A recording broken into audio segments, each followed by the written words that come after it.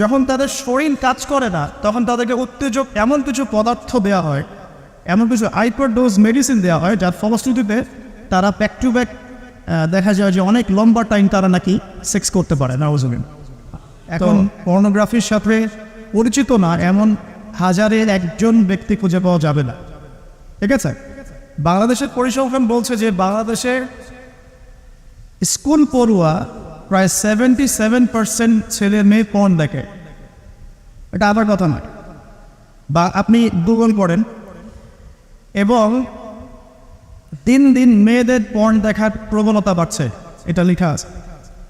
শুধু তাই নয়, ওই 1896 সালের দিকে তারা যখন পর্নোগ্রাফি ছড়িয়ে দেয় মাত্র 7 মিনিটের একটা ভিডিও তারা প্রকাশ করছে, ঠিক আছে? এবং তার নামও তারা দিয়েছিল, আমার নামটা ঠিক খেয়াল নাই, আর আমি এগুলো ফিল্মস দেখিনি, আমি গুগলের নামটা দেখেছি কী নাম ছিল। তো তখন থেকে নিয়ে এই পর্যন্ত এই যে নীল সংস্কৃতি চালু করে দেয়া, এটা শুধু পশ্চিমাদের মধ্যে সীমাবদ্ধ থাকে নাই, পুরো বিশ্বের মধ্যে ছড়িয়ে দেওয়া হয়েছে। এবং আপনি পরিসংখ্যান দেখবেন যে এই নীল সংস্কৃতিতে সবচাইতে বেশি যারা পারদর্শী তারা হচ্ছে মার্কিন যুক্তরাষ্ট্রে। এবং এই ব্লু ফিল্মস পুরো বিশ্বে একটা ইন্ডাস্ট্রি চালু করেছে, এর নাম হচ্ছে পর্ন ইন্ডাস্ট্রি, ঠিক আছে? এবং আপনি এবার শুনলে অবাক হবেন যে এই পর্ন ইন্ডাস্ট্রি প্রতি বছরে $97 বিলিয়ন ব্যবসা করে। $97 বিলিয়ন ব্যবসা করে পর্ন ইন্ডাস্ট্রি সারা ওয়ার্ল্ডে। 1 বিলিয়ন সমান কত? 100 কোটি। 1 বিলিয়ন সমান 100 কোটি। $100 কোটি টাকা দিয়ে হিসাব করে দেখেন কত টাকা হয়। $97 বিলিয়ন ব্যবসা হয় প্রতি বছর এই পর্ন ইন্ডাস্ট্রির মধ্য দিয়ে। এবং এই ইন্ডাস্ট্রির ফিল্মসগুলো হলিউড বলিউডের চেয়ে বেশি শ্যুট করা হয়। এবং আমেরিকার লস অ্যাঞ্জেলেস নামক একটা জায়গা আছে না, এটাকে বলা হয় পর্নের স্বর্গরাজ্য। মানে এখানেই সব পর্নের শুটিংগুলো আগে হতো। একটা পর্যায় থেকে সেখান থেকে সরিয়ে ক্যালিফোর্নিয়া নিয়ে আসা হয়েছে। কখন সরানো হয়েছে? যখন সেখানকার প্রশাসন একটা আইন জারি করলো। কী আইন জারি করলো? যে এখানে শুটিং করতে হলে বাধ্যতামূলক কন্ডোম ব্যবহার করতে হবে। নাউজুবিল্লাহ পড়বেন না? তো তারা এটা ব্যবহার করার পক্ষপাতী না, তখন ওখান থেকে ইন্ডাস্ট্রি সরিয়ে ক্যালিফোর্নিয়ার দিকে নিয়ে যাওয়া হয়েছে। তো শুধু আমেরিকায় প্রতি বছর 10 থেকে 12 বিলিয়ন ব্যবসা করে এখানে। দ্বিতীয় স্থানে আছে ইউরোপের কান্ট্রি ব্রিটেন, তারপরে আছে সাউথ আফ্রিকা, তারপরে অন্যান্য কান্ট্রি জার্মানি, এদিকে আপনার সুইডেন, ফিনল্যান্ড, আমাদের উপমহাদেশে অনেক কান্ট্রিও আছে, ঠিক আছে? তো এই যে নীল সংস্কৃতি সারা ওয়ার্ল্ডে তারা ছড়িয়ে দিল, এখান থেকে আমি একটা নাম চুজ করেছি আর কি, যে নীল দর্পণ। আমি কিন্তু লেকচারে এখানে যাইনি, জাস্ট ইন্ট্রোডাক্টরি কিছু কথা বললাম হবে যে নীল দর্পণ নামটা আমি কেন দিয়েছি এই কারণে। তো মূল লেকচারে যাওয়ার আগে আমি আপনাকে কয়েকটা পরিসংখ্যান দেখাই। তার আগে বলে দিই যে এর ফলশ্রুতিতে শুধু যে ধর্ষণ বেড়েছে এমনটা নয়, বরং সমকামিতাও বেড়েছে। এখনকার পরিসংখ্যান বলছে মার্কিন যুক্তরাষ্ট্রের 52% মানুষ মনে করে যে সমকামিতাকে স্বীকৃতি দেওয়া উচিত,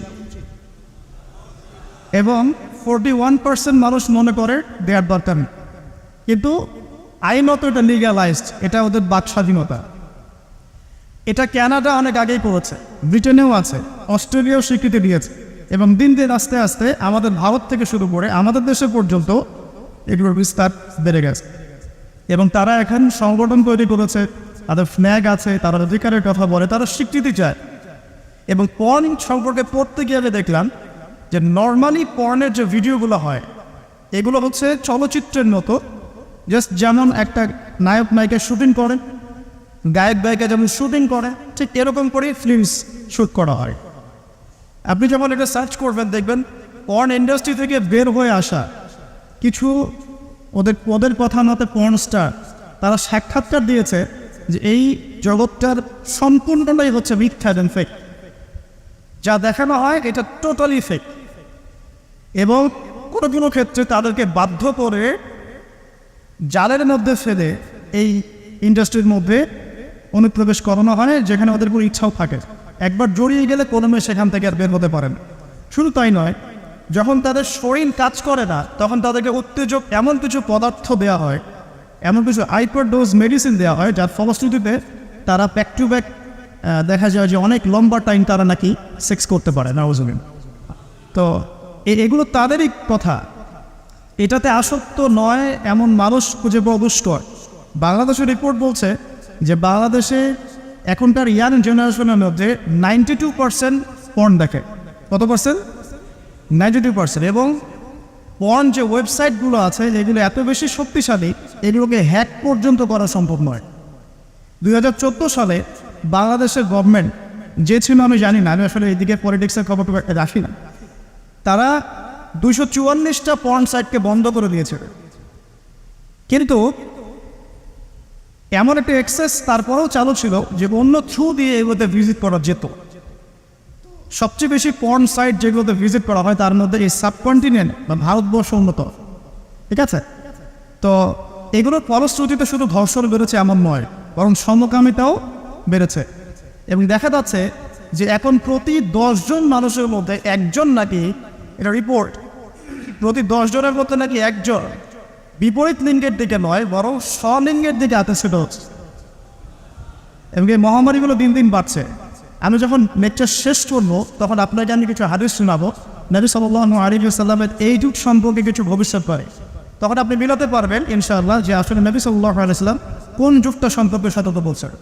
তো মূল লেকচারে যাওয়ার আগে আমি আপনাদের কিছু পরিসংখ্যান শোনাচ্ছি, একটু মনোযোগ দিয়ে শুনুন। যে সভ্যতার কথা আমি আপনাদেরকে বললাম ওই সভ্যতার কিছু পরিসংখ্যান উল্লেখ করে আমি আপনাদেরকে লেকচারের সামনে দেখে দেবো ইনশাআল্লাহ তাআলা। একটা রিপোর্ট বলছে, এটা দৈনিক জনকণ্ঠকে ছাপানো হয়েছিল, এটা ছাপানো হয়েছিল 16 অক্টোবর 2020-এ, যে তারা ওয়ার্ল্ডের টপ 10 যে কান্ট্রিজ ধর্ষণের দিক থেকে, নারী নির্যাতনের দিক থেকে এদের একটা তালিকা তৈরি করে। এবং এই তালিকায় একটু গেস করেন কোন দেশ টপে আছে? যে বলেন, বুঝতে পারছি না, ইন্ডিয়ানা সবচেয়ে টপে আছে ইউএসএ, ঠিক আছে? আমি আপনাকে পরিসংখ্যান দেখাচ্ছি, তারপরে আমি মূল লেকচারে যাবো ইনশাআল্লাহ। যে দেখা যাচ্ছে পুরো ইউরোপের, পুরো পশ্চিমা সভ্যতা ইউরোপের যারা হচ্ছে এখনকার মধ্যবিত্ত কান্ট্রিগুলোর, উন্নয়নশীল কান্ট্রিগুলোর রোল মডেল বলি আমরা, তাই না? আমরা তো সবখানে ইউরোপ বানাতে চাই। ইভেন আমাদের দেখা যায় অনেক ক্ষেত্রে মিডল ইস্টের, মধ্যপ্রাচ্যের কোনো কোনো কান্ট্রির লিডার বলছে যে আমরা এত সালের মধ্যে মধ্যপ্রাচ্যকে ইউরোপ বানিয়ে ফেলবে, ঠিক আছে? তো আমরা ইউরোপ বানাতে চাই।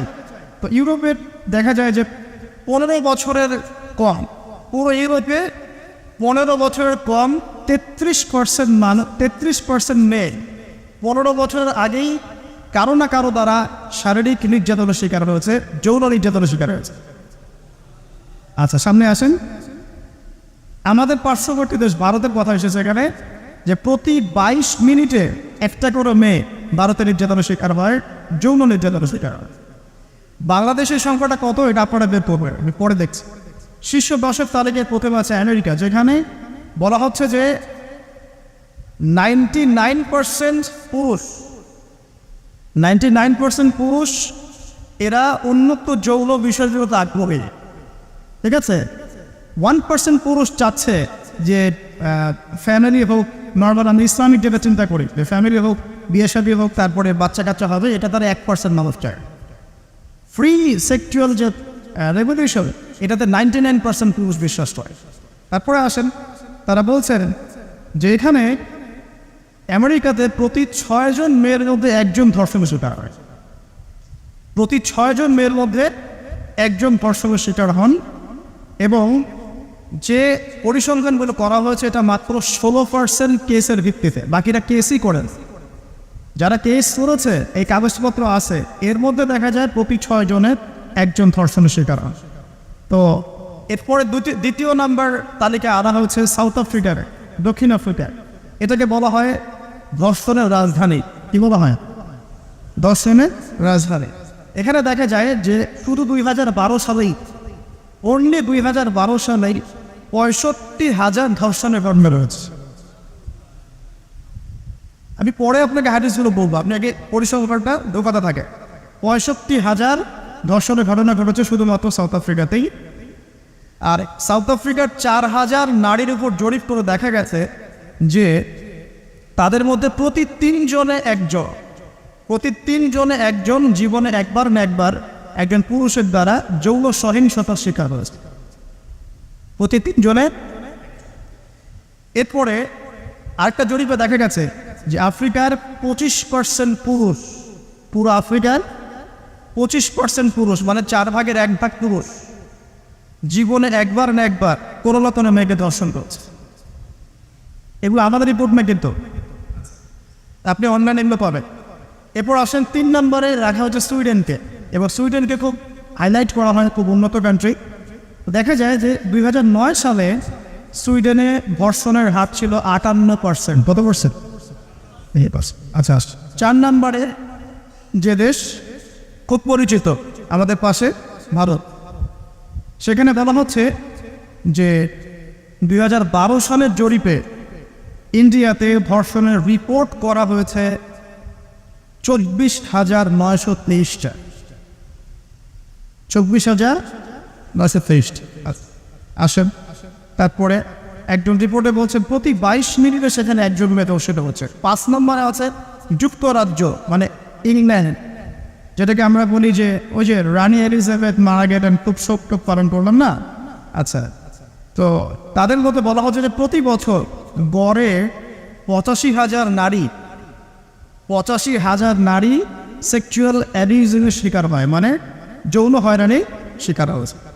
এছাড়া প্রায় 4 লক্ষ নারী এ পর্যন্ত 2012 সাল থেকে এই পর্যন্ত, মানে 2022 পর্যন্ত, লাস্ট 10 বছরে 4 লক্ষ নারী কোনো না কোনোভাবে পুরুষের দ্বারা যৌন নির্যাতনের শিকার রয়েছে, যার মধ্যে 25 থেকে 30% হচ্ছে শিশু, মানে বাচ্চা মেয়ে। তারাই তো আবার আমাদেরকে বলছে যে বিয়ের বয়স তোমরা তো কমাই রাখ।